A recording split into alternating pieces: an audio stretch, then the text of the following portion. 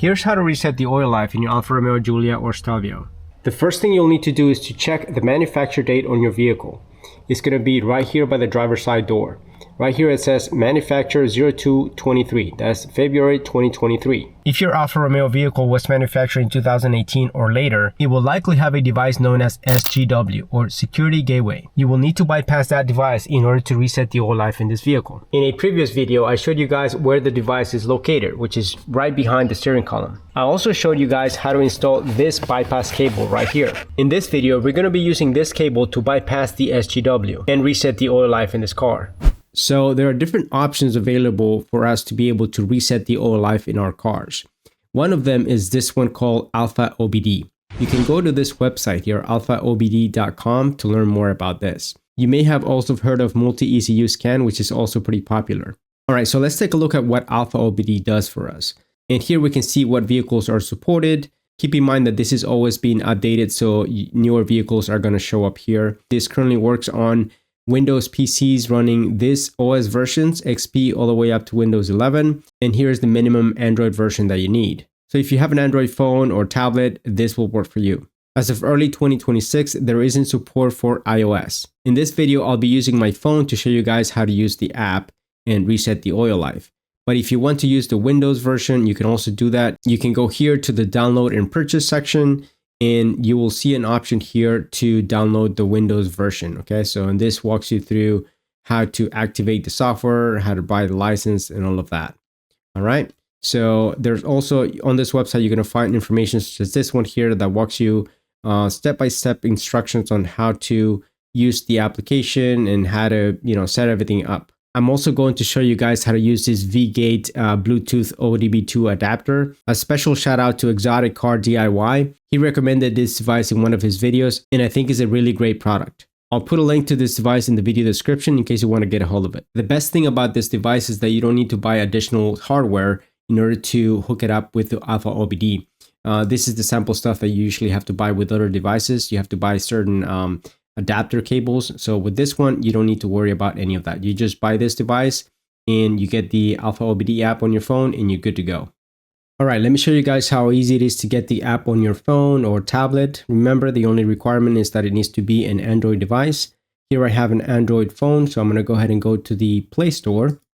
And then I'm going to click on search right here. And then we're going to search for AlphaOBD. All one word. Then I'm going to hit enter.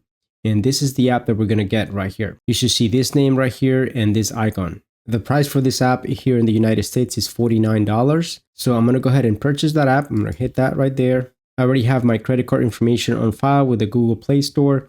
If you don't, you're going to need to go ahead and do that. Once that's done, you can just hit buy right here. My phone is now asking me to confirm the purchase. I'm going to go ahead and do that. All right, so the purchase is done. If you see this screen here that says Google Play Pass, you don't need to get that, so just hit no thanks. And now the app is being installed on my phone. All right, so that's it. We're done purchasing the app and installing it on the phone. Now we can click open here to open the app.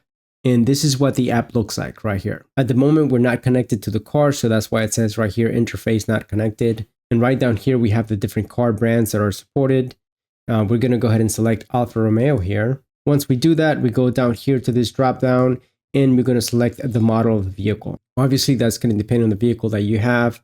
In my case, I have a Giulia Quadrifoglio, so I'm going to go ahead and select this right here. And then here we select the different components that we may want to connect to. All right, so we're going to go ahead and do that live in the vehicle. So let's go ahead and jump in the car now. And just so you guys know, we're going to be doing all these operations while the car is in the on position. So I'm going to hit the on button here. I'm not starting the engine. I believe that's the equivalent of the MAR position or MAR. Let's go ahead and start by connecting this Vgate diagnostic scan tool. Once it's connected, you should see these lights coming up. You have the power for the green, and this blue one is for Bluetooth. That's what we're going to use. Next, we need to pair this device with our phone. And there is a pairing button located right here in the bottom left-hand corner. So let's go ahead and press it.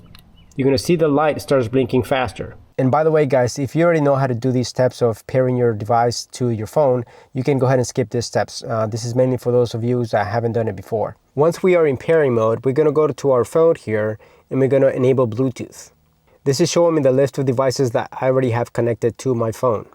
Now, at the bottom here, you should see the V-Linker MS. So let's go ahead and tap on that, and it says pairing now. Now it says here Bluetooth pairing request. I'm going to go ahead and hit pair to allow that. And the device is now paired with my phone. Once the pairing is complete, we can go ahead and open up the AlphaOBD app. You'll notice here at the top that it says interface not connected. So let's go ahead and connect to the scanner. We're going to hit this Bluetooth button right here, and then we're going to find the V-linker right here and tap on it. Now it says connecting. You may see a prompt here asking you if you want to set this device as the default.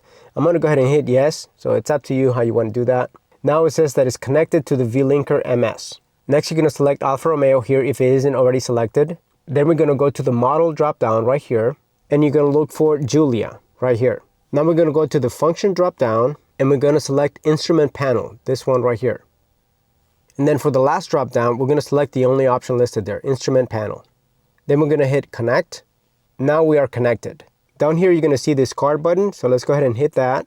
That's going to take you to this active diagnostics screen. We're going to select this drop-down here, and we're going to look down for reset service information. So I'm going to select that option, and then we're going to press start. That took less than a second to complete, and it says procedure completed. Now we got one more step to do, so let's go back. And from this second drop down here, instead of instrument panel, we're going to hit engine.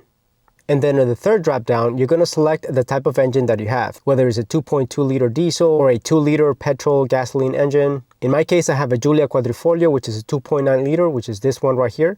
Make sure that you select primary, not secondary. The reason why you see 2 here is because this car has 2 ECMs. We're going to select the primary ECM right here. Once we are connected, we're going to press the card button, and then we're going to go to the drop down, and we're going to scroll all the way down where it says oil change. We're going to press that, and then we're going to press start.